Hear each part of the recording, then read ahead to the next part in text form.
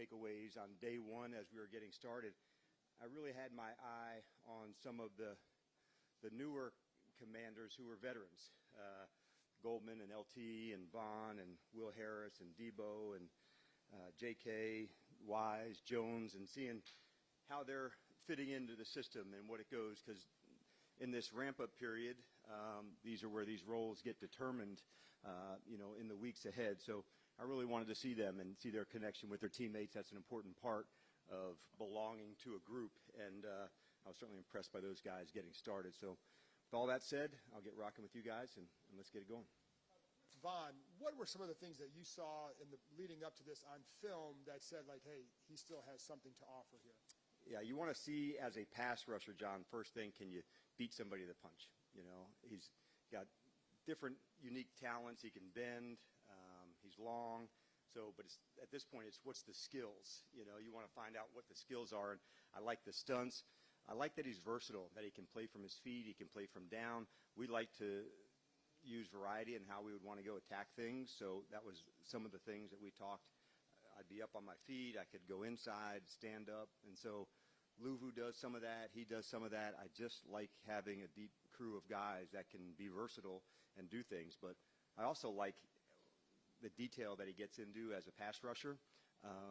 We talked a lot about the summit that, he's been part of for a long time, of other players and, their ability to share and veterans. So it was just fun to talk pass rush with him, honestly. So what I saw on tape, the quickness to beat somebody to the punch, and that's what pass rushing, the first part, has to be about getting the offensive tackle back and feeling that stress. If you don't have that, it makes it difficult to put a lot of stress on a tackle.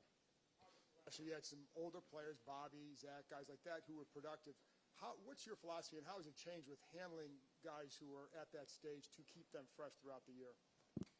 Well, really, organizationally, that's a big topic for us, to make sure that it's customized, John, to each individual player. Through Josh, we've invested a lot, on terms of recovery. We put that as part of our day. But there's also some practices that, there'll be some days where a player who's got a lot of experience and a lot of games, they won't do the same amount as some that's, needs more. And so we just try to customize it on even though it's a big scale, but when you're in training camp, it's actually a little easier to do, John, than in season. He can be out, we can work this day, and so we map out the calendar, Adam and I together, what days would make sense for somebody to back off, what days would make sense to push it, because you also need those days as well. You talk about consistency. How big is it for your quarterback that Cliff remained here and for the entire program, and how large is that those two are together for a second season? Yeah, the two of them and Tavita and David Blau, Brian Johnson, like this, like ecosystem of quarterback play, it's really cool. But the person right in the front and center of it is Jayden, and it's the work ethic that he just doesn't back off, and that's one of the things that I really admire about him, that he is not changing the way he approaches things. I want to get done early, get in early to find my edges and find the spot. So it is one of the things that I really, really appreciate him. The unseen work that goes in with him, it's a lot, and the staff's a big part of that, because when you're doing those things together, like, you're helping them get ready, and so we're very fortunate that way. Hey, Dan, to stay on the Cliff topic, last year was about getting acclimated to each other, the defensive coach, the offensive coordinator, figuring out what makes sense, how to build this team. You did that. Now the next year, I was curious, what was your offseason approach like with Cliff? How did you guys communicate about, hey, here's what obviously worked, here's what we need to fix? How did you guys kind of have that as a discussion? Yeah, we did that really in all three phases, Ben, to make sure that what did we really like and we want to keep doing, and what do we need to stop doing? In other words, this isn't as effective. It's not, the juice wasn't worth the squeeze. And then as an entire staff, that's where we really wanted to make our mark. Could we collaborate at an even stronger level? When you're putting in a system, or Joe and Cliff, had the expertise in their sides, and now you're able to add, some more variations to that after going through some time, because now you can study some other things. When you're first putting in a system, Ben, the very first thing, it's cut and dry, and this and this and this. Then you can explore as it goes on. So it won't stay exactly the same year in and year out. So now you can add other experiences. And so I like the fact that the staff is collaborating, which makes sense in year 2 more than in year 1. Year 1, you need chemistry, connection, support. The play callers need support. Yes, that's a good play. It'll work, as opposed to, I did this somewhere else. I did this somewhere else. I did this somewhere else. It's much easier to do that year 2 than year 1. Year 1, it's about putting in our systems, finding the drills, how to feature the players for it, for that specific skill. Then you can open it a little bit differently. And so to that end, you guys obviously made a lot of adjustments on the offensive line, trading for Laramie, drafting Josh. In your discussions with Cliff, how much did whatever the topics you were discussing lead to those kind of bold decisions? Well, that's driven first through Adam, and when you make moves like that, at the spot, that's big ones. And Adam's bold to make those things and make the decisions that we need. And we're in constant communication about the roster. So through the off season, we do an assessment like after the season. Before you even look into free agency, you look at your own group. And before the guys even left, we met with every player on the team that was a free agent and who's back and how do you start with that. And then you keep building then. But we're fortunate from the coaching side that we're, part of, the discussions with Adam and his staff on the personnel about what's the best fit for our team. And I love that we scout and pick players for us, not for the NFL. What fits us? And there's a culture element to that as well. We're not for everybody, but for the guys that, love ball, love competing, this is the type of environment that you could really thrive in, but we really push it. And that's not for everybody, but we like doing that, and that's why we work so hard on our skills, not just in training camp, but you see that in December and January. We're still working the skill work because I think that's the edge, and we like doing that. Going back to Vaughn and his first step, can you teach that, or is that either you have it or you don't? That's a you have it or you don't. And you can see it, Nikki, so it's not hard to evaluate somebody that's got the ability to really jump off the spot.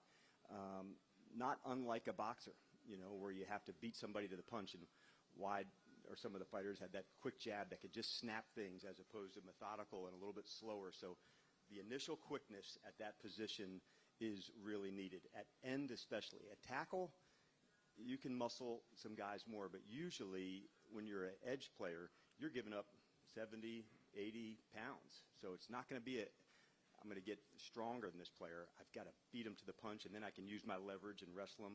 But you don't want to fight a fair fight, so you got to beat him to the spot. And from what you've seen, I know it's only been one day. Does he still have the bend he did maybe in his Yeah, prime? I saw that for sure on the tape from last year. And like I said, we're just getting started on the things that he can do. And that was one of the things he and I discussed together. As we're learning, what do you like, which side, what techniques, what stunts. So I need to learn that, with him over the next month. Hey, Dan, good morning. Good morning. From your experience, what is the difference between building a culture and sustaining a culture? Yeah. Building it, I would say, leads into sustaining. The culture is what you do on an everyday basis. Sometimes I think people can get environment and culture confused. Environment, like we're upbeat here, we do have a positive attitude. I look at things as the glass is half full, but the culture is the way that we practice, the way that we meet, the competitive nature. And so you have to sustain it. You have to recognize it when it's right and also when it's not. And I think that's one of the real things about sustaining is this is the standard. This is what we have. And so when we see it, I tell them and I show them, whether it's film or a conversation, when it's being met, I want that. I also want it when it's not being met and not just turn a blind eye and hope that it'll get better the next day. So we have really high standards, but you do have to push them. So the fun part is building because it's new and you're trying things. There's some resistance early. Okay, I haven't done that before. But once you get to the spot, then it's like, this is how we do business together. And the sustaining is more about reinforcing and reminding. It's one thing to have it, but like if you don't reinforce it, you don't really have a standard or a culture because it's just a sign on a wall or, some bullshit that you say. If you don't live it, then you kind of just BSing yourself. A little smaller bore question. So we saw yesterday Wiley with the ones, and Carnley with the two at right tackle.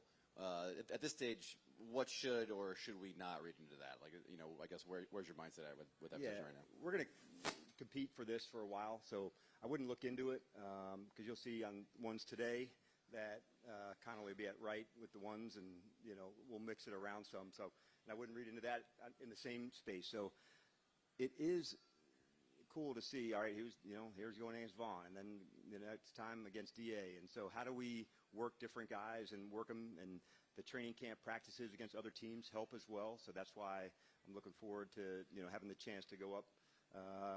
With the Patriots and have the Ravens here, so in preseason games. So, there's a lot of exposures that can happen, and that's kind of how you get better. You just got to go and fight for it. But it is a fun experience to go through. I was, thinking about him yesterday. Like, he's probably watched a lot of Von Miller, but he's never blocked him, And so, blocking him in practice and the first day with no pads is well different than, 3rd and 8 inside of 2 minutes with the game on the line. So lots to do, but I'm really encouraged by Josh's work ethic. Hey, Dave. Hey, Dan. When you guys did your look back on your team at the end of the season, how much of rebuilding the lines of scrimmage was simply a matter of we need to get different talents in here, and how much is it division-based? Like, we've got to figure out how to block Carter and Davis. We got to figure out how to block Dexter Lawrence. We got to figure out how to block Parsons on a regular basis. Fair question. It wasn't division-based, but maybe that's a byproduct of it because we wanted to be a line of scrimmage team first, and make sure at those spots, if you're strong there, we felt that, hey man, you got a chance to be in every fight. And obviously, the year prior, having the opportunity to draft, Jaden that high, that was a big opportunity.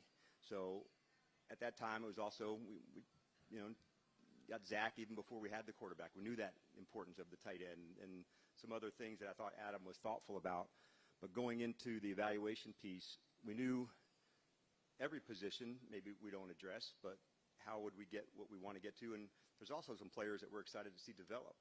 But the line of scrimmage on both sides, that was definitely a big emphasis for us, and so we're excited to see these guys develop together.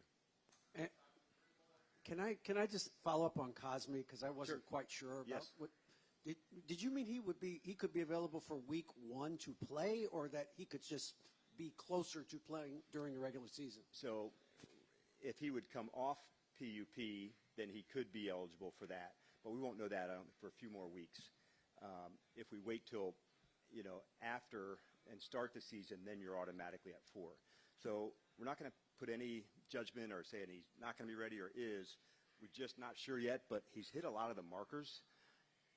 And so he's close, he's already doing drill work and things to go. But as far as acclimating into practice and team, we haven't got to that spot yet. So I'd say in another month we'll have a good sense of okay, by mid-August or, towards the end, where are we at? And then we can get a better sense. Is it 2 to 3 weeks? Is it 4 to 5 weeks? And until that timeline comes, we'll just, keep at the rehab and keep hitting it. It's obviously tough to join a team mid-year, but with Marshawn Lattimore last year, was there a lot of changes that had to be made in the way that he played to join this defense? And what kind of expectations, does it ramp up expectations now that he has a full offseason in this program? Yeah, it definitely changes because now you got to know the coaches as opposed to going in and, okay, here's the game plan and this is what we do. So you kind of get to this is why we do this call, this is why we use this technique, and that's easier. It's also difficult, first came in and was injured, wasn't able to practice, so it wasn't the ideal, runway, okay, just as easy as you try to make it, sometimes just not. But now that we have a whole time with him, and he can also communicate too, man, this is a technique I really like, and I want to stay doing that, and that's our job as coaches to find the balance of both. But, he's off to a good start. And I sensed that at the minicamp too, where he was at, the energy with him and the other guys here, it was a good start. All right. Yep.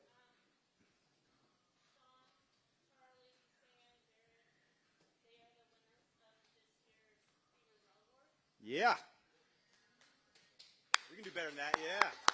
There we go.